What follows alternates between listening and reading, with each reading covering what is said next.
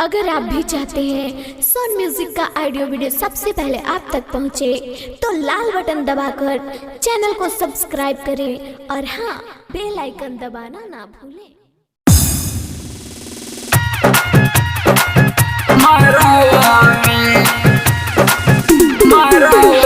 Mix by DJ Kanchan Raj, Hajipur Vaishali.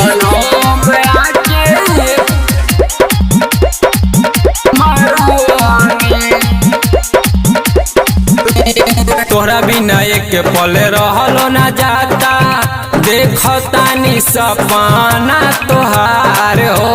भीतर भीतर दुख सहतानी हमहू, सोची सोची बतिया तोहार हो, बतिया तोहार हो। तोहरा बिना एक पल रहलो ना जाता, देखतानी सपना तोहार हो।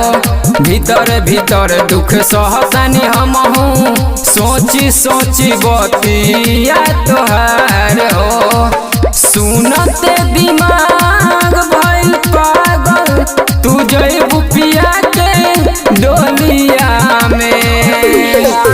कौन कमी रहे बतई तू सनम आके मरवा में। कौन कमी रहे बतई तू सनम आके मरवा में। ए रानी बहुत दुख देले बारू, जिंदगी भर हम ना भुलाएम। Mix by DJ Kanchan Raj, Hajipur Vaishali.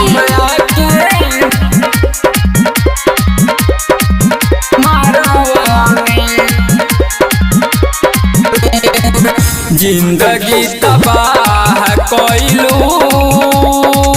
झूठा तू प्यार कइलू। मंगिया सजा लिहलू, कैसन सजा दिहलू। जिंदगी तबाह कइलू, झूठा तू प्यार कइलू।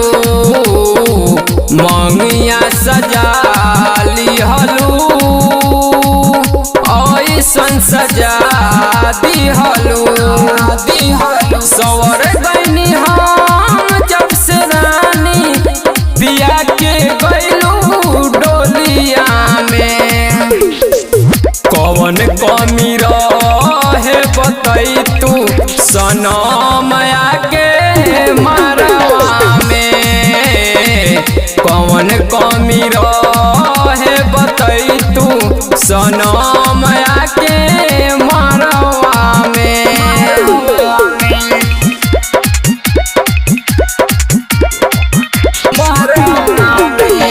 Mix by DJ Kanchan Raj, Hajipur Vaishali.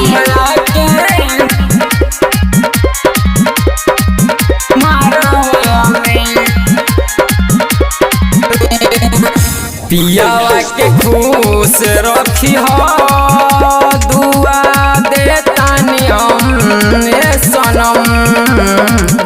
अतने निहोरा करिए अजय विशाल बेदर्दी सनम। पियावा के खुश रखी हो, दुआ देतानी हम ए सनम। अतने निहोरा करिए अजय विशाल बेदर्दी सनम। बिना